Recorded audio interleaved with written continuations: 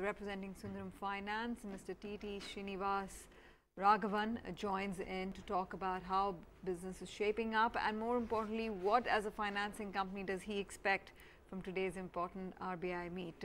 Thanks very much for taking out the time. Let me begin by asking you, what do you expect at the RBI board meet? Do you think NBFCs need special liquidity window to help tide over the current liquidity crisis? Well, okay, the first question is, I think as your earlier guest said, I both believe and hope that there will be a move forward, because I don't think confrontation helps anyone. So my hope is that, there will be a move towards common ground. What that common ground will be, I think we'll know later in the day, but that's what I believe, and as I said, hope will happen. As far as NBFCs are concerned, I think it's important to understand a little bit, and it's unfortunate that it's played out the way it has, and this is something that's existed for a long time. NBFC is a catch-all definition, because if you look at the trigger of ILFS, now ILFS is a long-term lender. Their assets are 20 years, 30 years, whatever. And on the other hand, you have people who do consumer durables financing, whose average duration of assets is 9 to 12 months. So to lump everybody together and say NBFC crisis, this, that, and the other, I think clearly went overboard. Yes, there is a structural problem for long-term lenders, like, for example, infrastructure finance companies, for housing finance companies. Clearly, there is an ALM problem.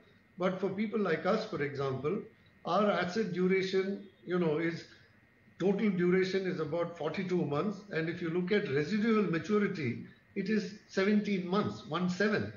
So I think the market has gone overboard in terms of saying, there is an NBFC funding crisis. But, this is philosophy. Reality is whatever has happened has happened. And I think the ones that are hardest hit are the mid-sized and smaller NBFCs. I think the larger NBFCs, the well-rated NBFCs, the NBFCs which have strong management, strong backing, I think, it's not that they are not challenged, they are, but I think, they will navigate this. I think it's the small and medium-sized NBFCs who are the guys who actually provide the last mile delivery. I think they have been badly hit. Indeed. Okay, so moving forward then, you also lend to SME as well as MSME space. Do you think NPA norms there need to be at least relaxed? What's the outlook on growth then from here on? Because that's a segment which really got bruised and battered post demonetization and, then their struggle with GST implementation too. Yes, I think they are probably the most stressed part of the economy. They're also, the largest contributor. Therefore, they do need to be addressed in an appropriate way. Now, what that appropriate way is something for the government and the Reserve Bank to agree on. But yes, I think the NPA classification norms that apply uniformly across, whether it's a large corporate borrower or a guy who owns 2 trucks. I think that is a bit of a problem. I think there have been other commentaries on this. So yes, I think they would definitely benefit. And then clearly the guys who lend to them will also benefit, because then they won't be so paranoid about accounts turning non-performing. So I think there is a case to be made there. Again, I think it's important to strike a balance, because I think the new provisioning norms, etc., have brought greater discipline both amongst borrowers and lenders.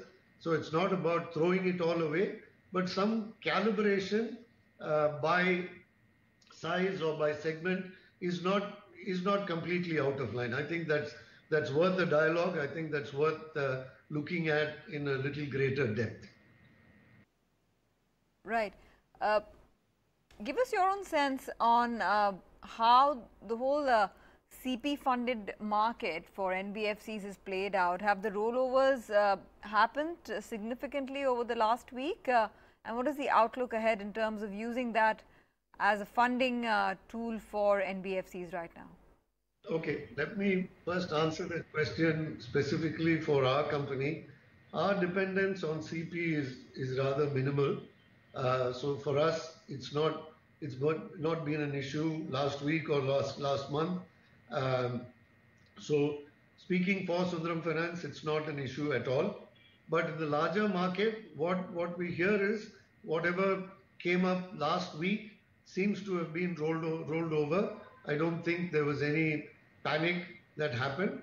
Of course, one keeps reading about this 60,000, 70,000 crore which is coming up for maturity in November, so on and so forth.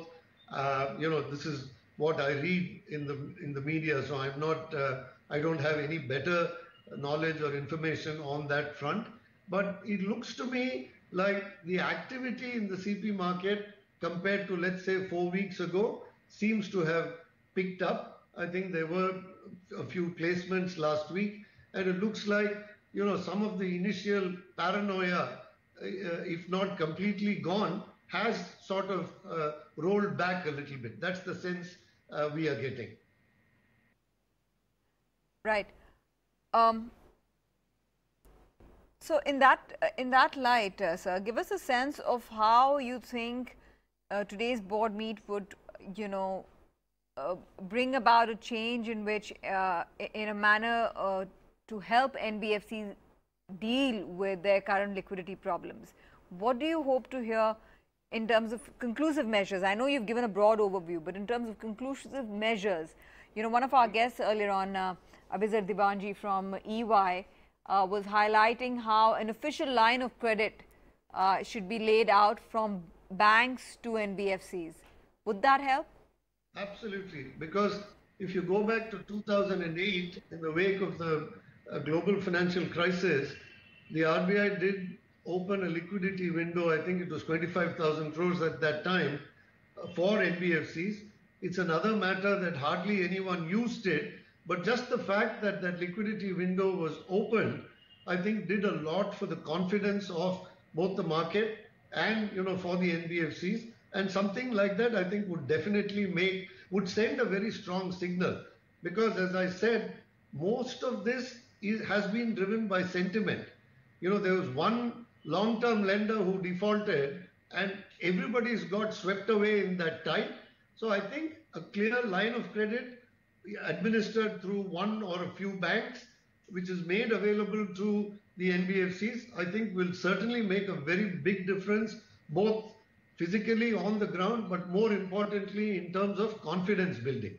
I would absolutely support that. Okay, Mr. Srinivasaraghavan, thanks so much for taking the time out and speaking with us today. I wish we had more time because one could go on discussing really what the RBI should do and should not do. But great to have you on board with us today.